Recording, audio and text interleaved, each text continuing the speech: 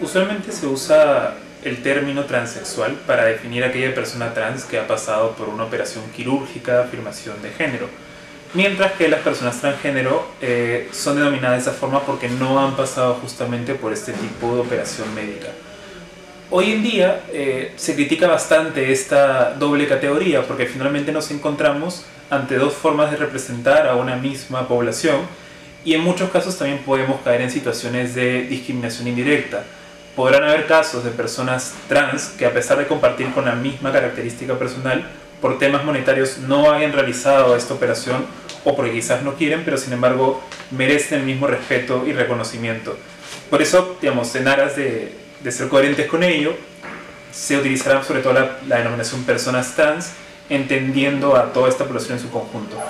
Hecha esta aclaración, lo que podemos hablar sobre las personas trans es que son un grupo, son una población dentro de nuestra comunidad que viven internamente su género no de manera acorde al sexo al cual se les impuso al momento de nacimiento, o que no caen dentro de los parámetros binarios de sexualidad de masculino o femenino. ¿Qué quiero decir con esto? En pocas palabras, desde la década de los 60, diversas investigaciones a partir de la antropología y la psicología muestran que en realidad los seres humanos, además de un componente biológico sexo que está determinado por distintas características, desarrollamos una identidad de género que puede ser diversa a cómo se nos catalogue como masculino o femenino en base a ciertas convenciones sociales desde nuestro nacimiento, y que dicha identidad de género es una característica personal, íntima, que vamos desarrollando con el tiempo. Entonces, las personas trans básicamente son aquella población cuyo ese rasgo personal de identidad de género difiere de aquellas categorías que les impusieron al momento de nacer, o que sencillamente no son acordes con este binomio masculino-femenino, sino que su personalidad va más allá de ello.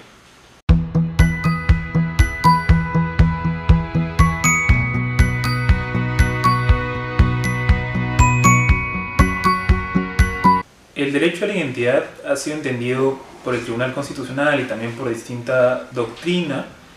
como el derecho a ser quien se es, el derecho a crear una propia biografía y también por ende a ser percibido como quien se es.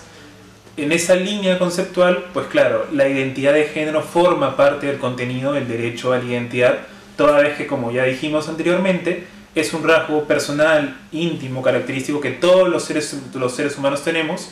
de diversa manera, pero que finalmente es algo que nos caracteriza. Entonces, cuando nosotros hablamos de un derecho constitucional a que se nos reconozca por quien somos y que también por privado se nos respete esa identidad, también de todas maneras está la comunidad trans, quienes tienen el derecho a también el disfrute de esta situación.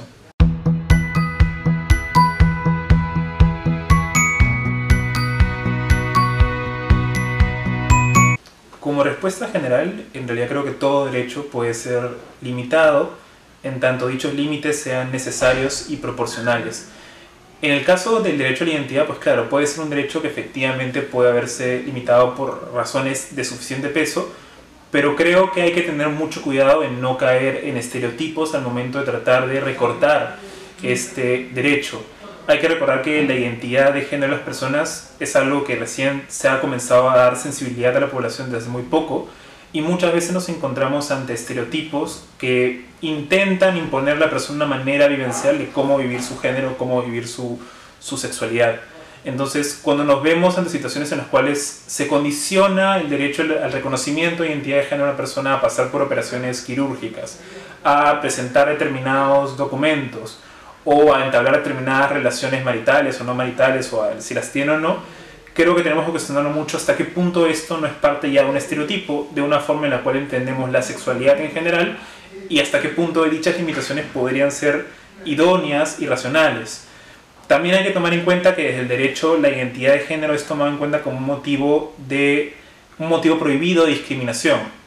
Los motivos prohibidos de discriminación en general son características personales la religión, la raza, el sexo, la identidad de género, la orientación sexual, sobre las cuales se tiene que realizar un análisis muy delicado y muy profundo, dado que responden a características que por mucho tiempo históricamente han sido utilizadas en perjuicio de determinadas personas, producto de rasgos mayoritarios o de sesgos que se han construido culturalmente.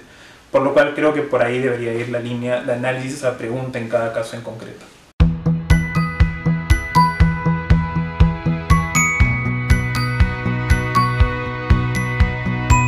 Quizás para contextualizar un poco, el caso es el caso de Ana Romero, que es una mujer trans, que habiendo pasado por una operación quirúrgica realizada en otro país, le solicita al Tribunal Constitucional que rectifique sus datos en su documento de identidad de nación, en su documento de identidad. La sentencia es muy buena, de hecho ha sido un gran avance en la protección de los derechos de la comunidad trans. Lo que hace básicamente el tribunal en este caso es que anteriormente, en el año 2014, si no me equivoco, 2013, hubo un caso muy similar a este en el cual se denegó la pretensión de la demandante y se estableció como doctrina constitucional que los jueces deberían tomar en cuenta solamente el sexo biológico al momento de este tipo de solicitudes, con lo cual se recortó toda posibilidad judicial de que se reconozcan los derechos de esta comunidad. Con esa sentencia lo que hace es que deja sin efectos dicha decisión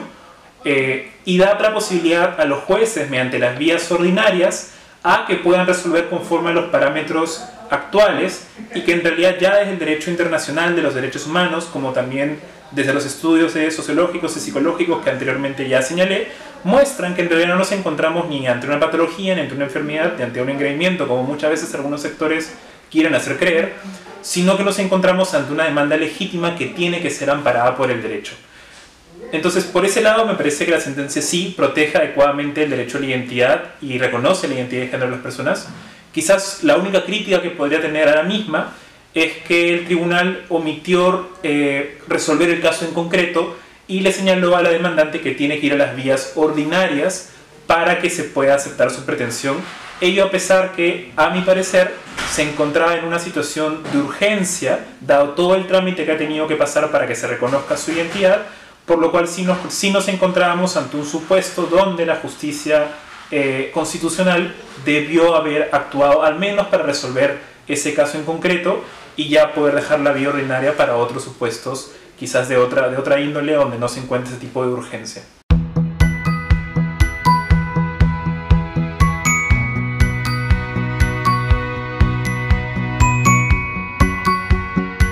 Sí, dicho derecho también reconoce esa situación. Para que pueda ser entendible por la mayoría de personas, había que referirse a que el sexo, sin negar que existe una materialidad, una corporeidad, es decir, que existen atributos que configuran el sexo de cada persona, es una característica que a veces es colocada con un solo nombre, pero que tiene muchas características. Existen aspectos cromosómicos, biológicos, hormonales, psicológicos, y a pesar de la variedad de componentes que tiene esa palabra o esta característica, la interpretación que siempre se ha dado, a pesar que pueden haber muchas diferencias con respecto a esas características, es que siempre tienen que dar en masculino o en femenino.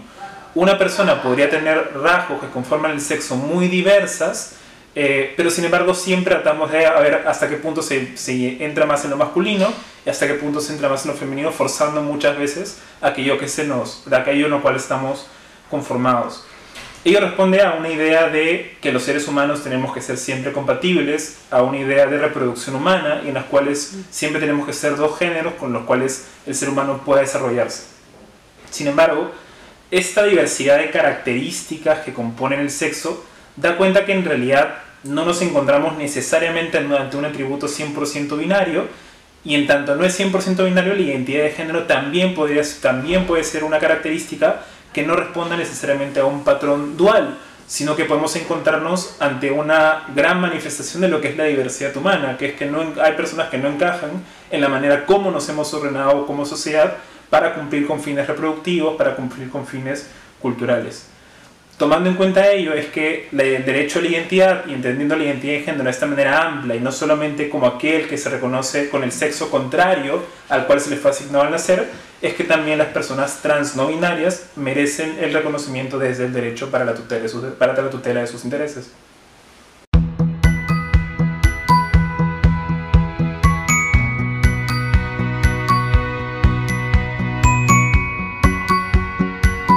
Sobre ese tema no hay, digamos, una decisión 100% clara desde el derecho. Aún estamos en un proceso de, por así decirlo, de liberación o construcción. Tenemos países que han reconocido el reconocimiento de un tercer género en documentos de identidad. Me parece que es el caso de Australia. Como también tenemos demandas de personas que señalan que quizás sería necesario quitar el componente sexo o género de los documentos de identidad, dado que finalmente ya hay otros patrones con los cuales identificar a las personas. Creo que este es un debate que se tiene que dar bastante con la misma comunidad que está involucrada, y en base a ello tratar de buscar razonamientos que permitan una protección adecuada de su dignidad, con un diálogo horizontal entre las personas que están finalmente involucradas con esta decisión y que permita la efectiva protección de los derechos de toda esta comunidad. Entonces esas son las dos alternativas que se han dado, pero es algo que aún se tiene que seguir debatiendo.